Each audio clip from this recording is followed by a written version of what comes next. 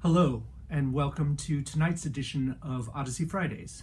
My name is Peter Miyamoto, and I'm here to give you a brief introduction to the next Odyssey Chamber Music Series concert entitled Love and Friendship. The concert will take place on Friday, November 6th at 7 p.m., but unfortunately is not open to an in-person audience because of COVID. The best way to enjoy the performances will be to live stream on either Facebook or YouTube, and the links for those live streams will be available on the programs page of our website, which is odysseymissouri.org. The program will open with a performance by the B&B Trio, who last concert we heard in a rousing performance of Dvorak's Doompi Trio. This concert, this group of young, talented high school students will perform the first movement of Franz Schubert's B-flat major trio, another of the masterpieces from the last year of this composer's all too short life. After the performance by the B&B Trio, the program features works by Robert and Clara Schumann and their younger protege, Johannes Brahms. So if you like lush romantic music, this is the program for you. Now, many of you will have heard works by the great romantic composer Robert Schumann. Perhaps even on Odyssey, we've performed the piano quartet, piano quintet, and some of the great song cycles like Dichterliebe and Liederkreis. But likely fewer of you will have heard works by his wife, the phenomenal Clara Schumann. Clara Schumann was not only one of the foremost concertizing pianists of her age, but was also an amazing composer in her own right. As a pianist, Clara was a child prodigy, performing all over Europe at the age of 11. In her prime, she was called the Queen of the Piano and had a 61-year-long performing career, introducing many of her husband's works to the public. As the first important female concert pianist, she paved the way for contemporary superstars such as Alicia De La Rocha, Marta Argerich, and Yuzhou Wang. As a composer, Clara was also a child prodigy, writing a piano concerto at the age of 14, also sets of piano pieces, gorgeous songs, and chamber music. Julie Rosenfeld, Eli Lara, and I will perform one of her best-known works, the piano trio in G minor, opus 17. The work is in 4 movements. The first is a traditional sonata allegro form. The second is a hybrid scherzo marked as a tempo di minuetto. The third is a gorgeous slow movement, and the fourth is a wistful allegretto. Here's a selection of the third movement from a rehearsal.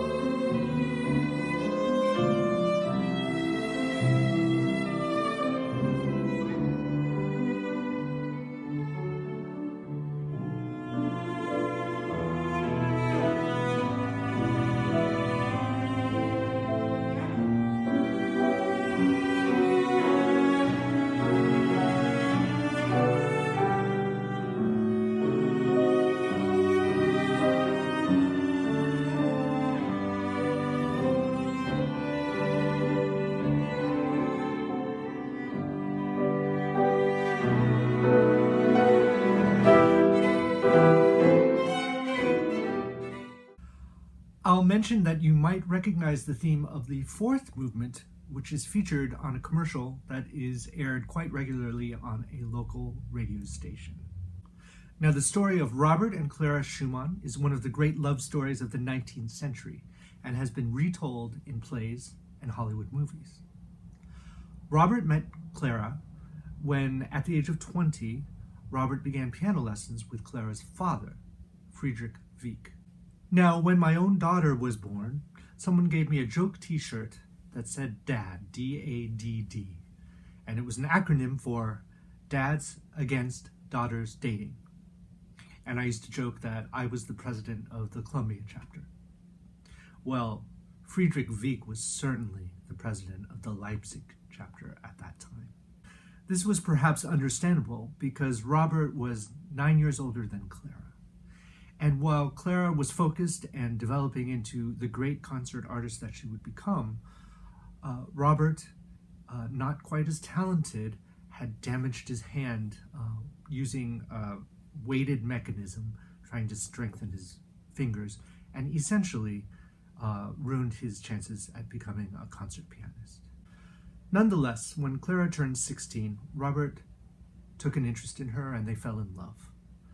Papa Wieck did everything in his power to keep them apart, but in the meantime, Robert was establishing himself as one of the premier composers of the 19th century, writing masterpiece after masterpiece for solo piano, works like Carnival, Kinderscenen, and symphonic etudes.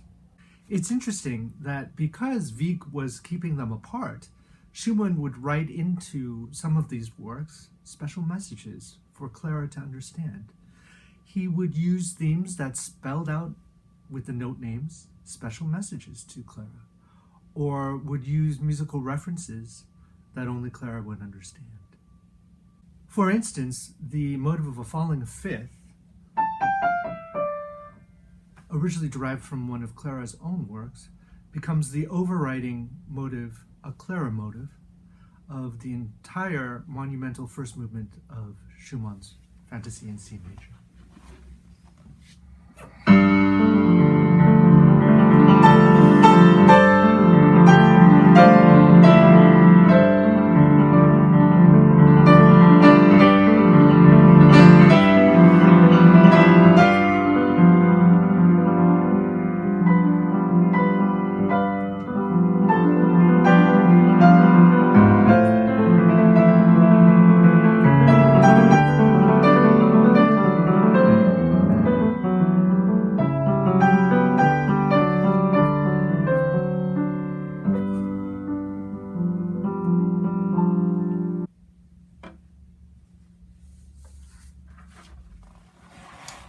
At the beginning of the Fantasy, Schumann inscribed a quote by Schlegel in the first edition, which translates, "Resounding through all the tones in earth's colorful dream, there sounds a faint, long-drawn note for the one who listens in secret." One can imagine the secret listener is Clara, and that she's listening to her very name spelled out in sound. Eventually, the couple took Wieck to court to be able to marry, and the day before Clara's 21st birthday, they wed. The Robert Schumann work on our program is little known, possibly because it was written for an instrument that is almost extinct, the pedal piano. A pedal piano is a piano, like our modern-day instrument, that has an additional set of bass strings and a pedal keyboard to play them, much like the pedals on a pipe organ. Mozart had one. Schumann had one built for him with 29 additional notes, and in 1843 became such an enthusiast that he convinced Felix Mendelssohn, then head of the Leipzig Conservatory, to offer instruction in the instrument. Schumann wrote 3 works for pedal piano. We are going to play the 6 canonic studies for pedal piano, opus 56. You all know what a musical canon is, a tune that can accompany itself if a second entrance enters before the first has finished. If I play this tune,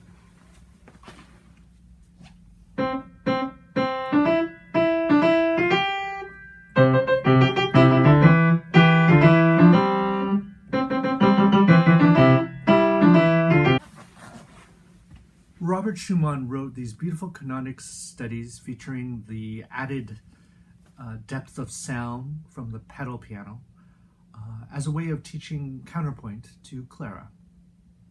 They're usually played with great difficulty on one piano. However, Ayako and I will be performing them in a beautiful transcription by Claude Debussy for 2 pianos. They are gorgeous pieces, mixing romantic aesthetic with the contrapuntal purity of Bach's influence. To return to the story of Robert and Clara, life was particularly full and challenging for Clara. In the early years, she balanced giving her husband enough room to compose her own composition and concertizing. And eventually, as the family grew, most of the responsibilities of raising 7 children. In addition, it would prove that Robert was suffering from mental illness, and this was particularly taxing on Clara. Eventually, she was forced to give up her composition. In 1853, the Schumanns were visited by a young composer by the name of Johannes Brahms, who played them some of his early piano works. They were immediately struck by his huge talent, both compositional and pianistic, and his good looks. They hit it off immediately, became very close, and he even stayed in their house for a few months. Robert likened him to the goddess Athena, sprung fully armed from the head of Zeus, and called him a young man over whose cradle heroes and graces stood watch. When Brahms first called upon the Schumanns, he played his first sonata and second sonata and the Scherzo Opus 4, as well as some songs. But the piece that I think most embodies that type of fully formed artistry from such a young man is the Piano Concerto number 1 in D minor, Opus 15, that he wrote in 1850. The concerto is an epic 50-minute drama pitting the solo pianist against the huge forces of the orchestra. It begins with the full orchestra.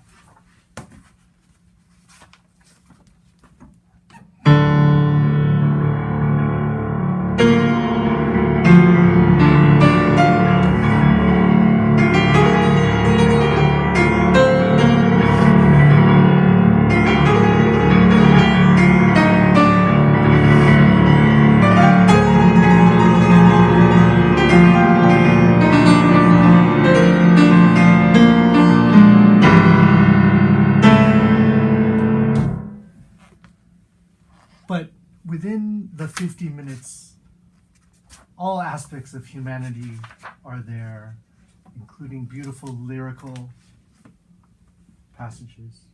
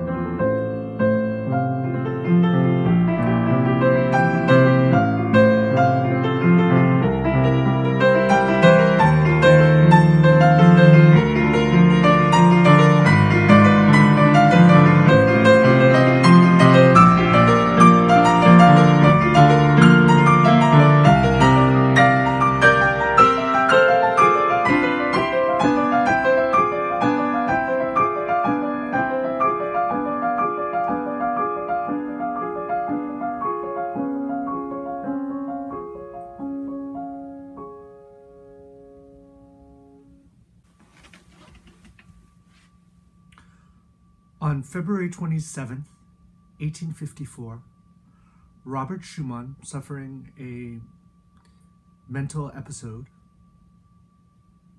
threw himself into the Rhine, attempting suicide.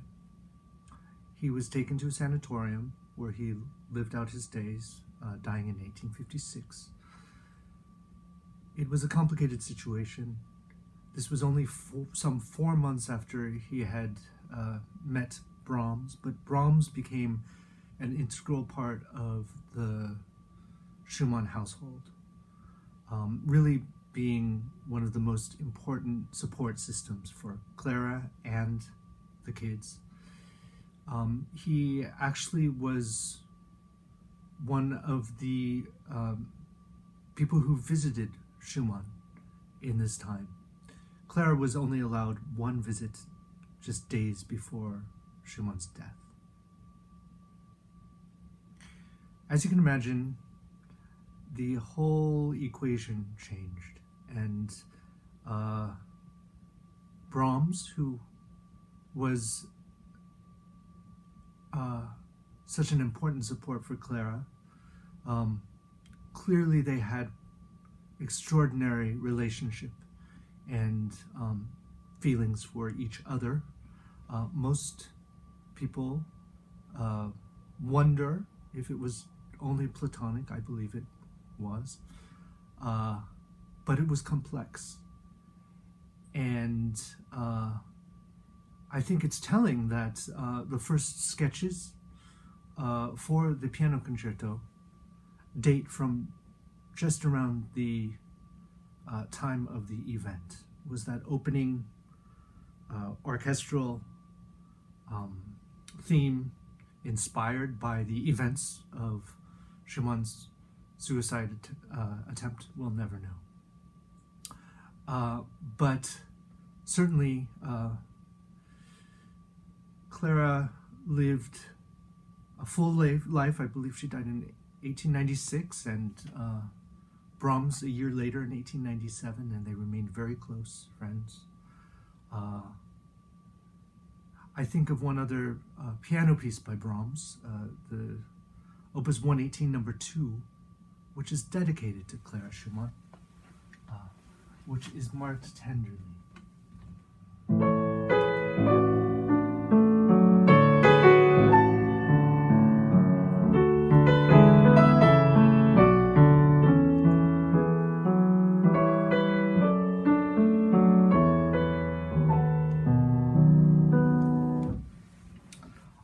Again, their relationship was very complicated.